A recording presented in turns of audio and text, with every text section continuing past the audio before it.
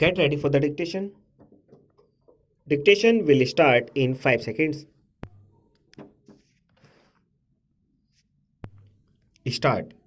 One of the serious problems which has been dealt with is the food situation in the country.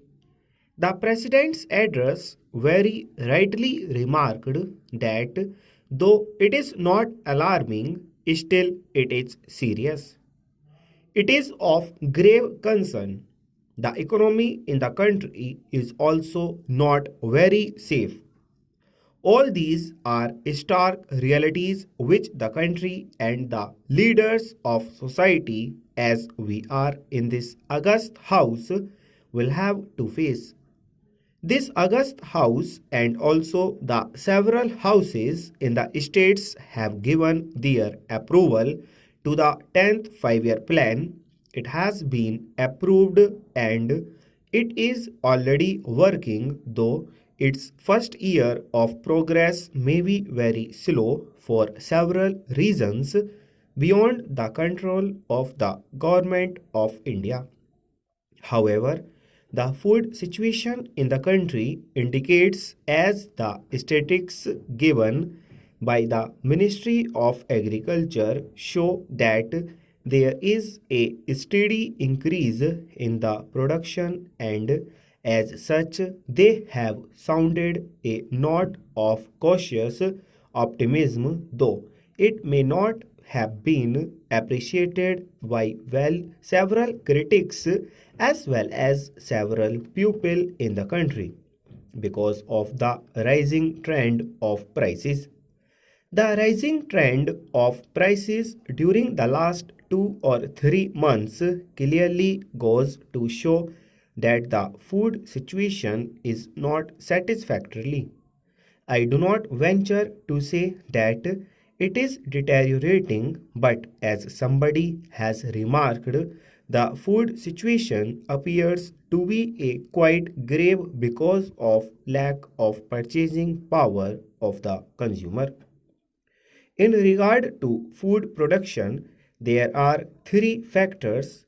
One is the producer, the other is the non producer, and the third is the document. The producer in this country is mainly the agriculturist, and it is time to think seriously whether the Union Parliament should have to think positively whether in this country agriculture is to be given the pride of place ahead of industry because it is the main industry of the nation. There is a clear distinction between agriculture and industry.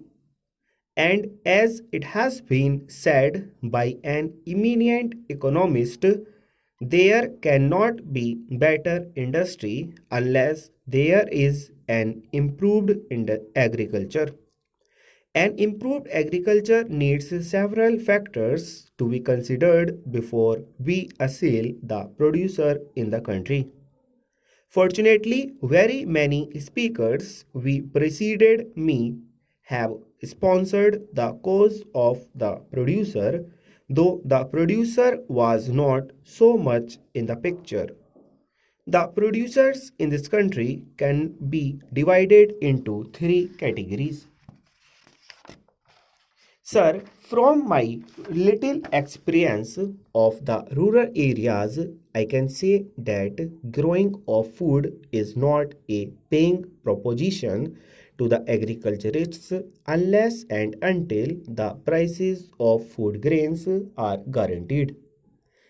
Ours is a marginal production, and we have to see whether this marginal production is to be stepped up to the point of self sufficiency, in which case we have to see whether the producer needs any protection, whether guarantees can be given as regards the prices of food grains, whether parity of prices can be maintained for food grains vis-a-vis industrial products in our country.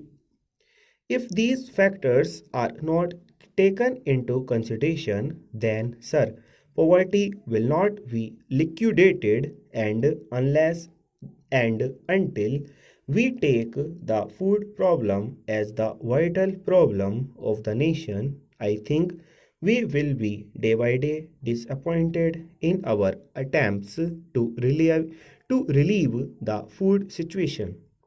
The food situation is becoming grave because our fast expanding economy has put more money in the pockets of the people.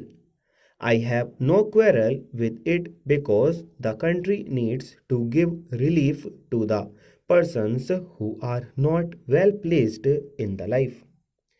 But this money economy has played havoc among the rank and file of the various producers and agriculture because after all in India even now more than 75% of the people depend on agriculture, and if there is a great disparity in income between the industrial labor and agricultural labor, the agricultural labor has no incentive, the smallholder has no incentive to produce more.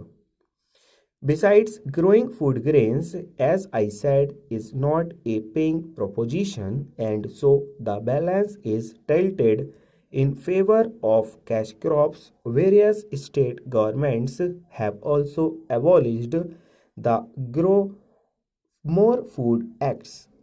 Especially in Maharashtra, there is an act, the Grow More Food Act of 1995.